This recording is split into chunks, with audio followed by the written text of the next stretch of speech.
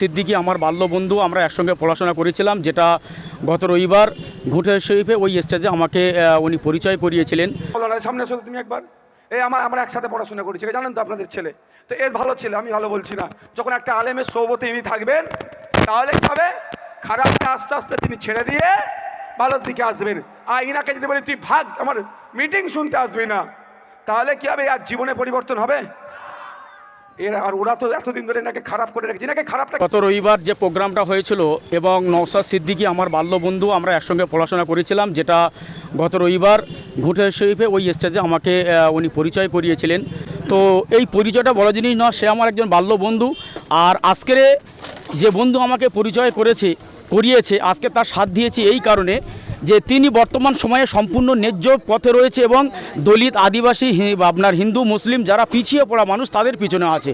তো আজকের আমরা তাকে সাথ দিয়েছি এই কারণেই, আজকে যে অপবাদটা দেওয়া হচ্ছে যে নওশাদ সিদ্দিকী ওখানে আপনার যারা গাঁজা বিক্রি করে, ড্রাগস বিক্রি করে বা হিরোইন বিক্রি করে, নওশাদ সিদ্দিকী ওখানে কিন্তু কোনো ড্রাগসের মানে আপনার করতে আসেনি, প্রচার করতে আসেনি বা তাদের হয়ে কথা বলতে আসেনি। তিনি চেয়েছেন যে গাঁজা এখান থেকে সরুক। এই ঘুঁটের হিসেবে একটা পবিত্র জায়গা, এই পবিত্র জায়গায় এই নোংরা জিনিস যারা করছে, যেখান থেকে আসছে তারা কে পাঠাচ্ছে এখান থেকে। তাহলে এই যে মানে ড্রাগস যেগুলো আসছে, গাঁজা যেগুলো আসছে উড়িষ্যা থেকে, তাহলে উড়িষ্যা বর্ডারে কে আছে? আমাদের মমতা ব্যানার্জি, তিনি পুলিশ মন্ত্রী, তার পুলিশ সেখানে দাঁড়িয়ে আছে। তাহলে সেই পুলিশগুলো তারা কি ওখানে ঘুমাচ্ছিল? আমাদের প্রশ্ন এটাই। আজকের ঘুঁটিয়ারি শরীফে যে একটা পবিত্র ভূমি, যেখানে গাজী বাবা শুয়ে আছে, সেই পবিত্র ভূমিতে আজকের এই গাঁজা, ড্রাগস বা হিরোইন আসবে কেন? কে আসতে সাহায্য করছে? এটা আমরা পরিষ্কার যে উড়িষ্যা থেকে, যেখান থেকে এগুলো পাস হয়ে আসছে, আপনার মমতা, আপনার পুলিশ মন্ত্রী, তার মানে কমিশন সেখানে চলে যাচ্ছে, অনায়াসে সেখান থেকে আপনার ড্রাগসের জিনিসগুলো আজকে ঘুঁটে হিসেবে চলে আসছে।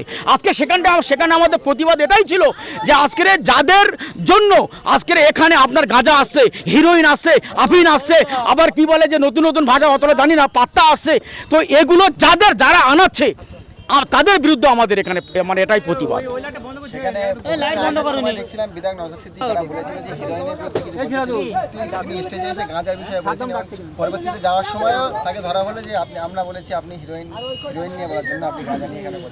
দেখুন, একটা বিষয় পরিষ্কার, যারা আজকের গাঁজা বিক্রি করছে, আফিন বিক্রি করছে, হিরোইন বিক্রি করছে, আজকে সেখানে যখন প্রতিবাদ হয়েছে, অটোমেটিক তাদের শরীরের মধ্যে একটা আগুন জ্বলবে। কিন্তু কার শরীরে আগুন জ্বললো, কার কি হলো, আমাদের দেখার দরকার নেই।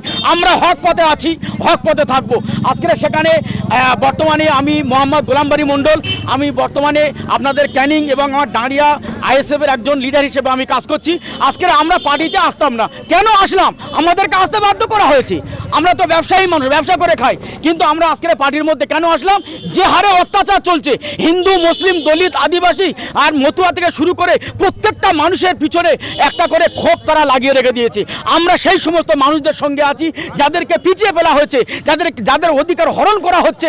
আমরা সেই অধিকার যাতে প্রাপ্য অধিকার ব্যক্তি সে পেয়ে যায়, তার জন্য কিন্তু আজকে আমাদের লড়াই। আজকে তারা তো আটকাবেই, কারণ তারা আটকাবার একটাই কারণ, যদি আজকের এই গাঁজা মদ বন্ধ হয়ে যায়, আজকের যদি এখানে আফিন বন্ধ হয়ে যায়, তাহলে মমতা ব্যানার্জির কমিশন যাবে না, পুলিশের কমিশন যাবে না। আজকে লক্ষ্য করে দেখুন, আজকের আপনার পশ্চিমবঙ্গে কত হাজার হাজার স্কুল বন্ধ হয়ে যাচ্ছে, অনায়াসে হাজার হাজার মদের লাইসেন্স দেওয়া হচ্ছে। বর্তমানে যে এই যে গাঁজা, মদ, এগুলো যিনি বন্ধ করবেন তিনি হচ্ছে বর্তমানে আমাদের পুলিশ মন্ত্রী মমতা ব্যানার্জি। তিনি আজকের দায়িত্বে আছেন। আমরা মনে করি আজকে যখন তিনি এটাকে দায়িত্ব পালন করতে পারছেন না, তিনি গদি ছেড়ে দিক, তারা পুলিশের দায়িত্ব ছেড়ে দিক, কারণ পুলিশ তো আটকাবে, আর তিনি তো পুলিশ মন্ত্রী, তিনি যখন এটা আটকাতে পারছে না, তিনি গদি ছেড়ে দিক, দেখি আমরা কাকে সেই জায়গায় দিতে পারি, আর তিনি সেই মানে এই অপকর্মগুলো আটকাতে পারে কিনা। এটাই হচ্ছে কি আমাদের আন্দোলন। সেখানে পরিষ্কার কথা বলা হয়েছে, আন্দোলন করা হয়েছে, হক কথা বলা হয়েছে। আজকে যারা কিন্তু এর সঙ্গে জড়িত, এই অবৈধ ব্যবসার সঙ্গে জড়িত, তারা গো ব্যাক করছেন। তো কোনো ফল হবে না।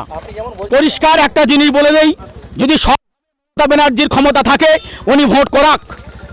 যদি মানুষ চায় এই দেশ ক্ষতি হবে, আর যদি তিনি চান যে স্বচ্ছভাবে ভোট হোক আর মানুষ স্বচ্ছ জায়গায় আসুক, তাহলে মানুষের মনের মধ্যে কি আছে সেখানে পরিষ্কার হয়ে যাবে।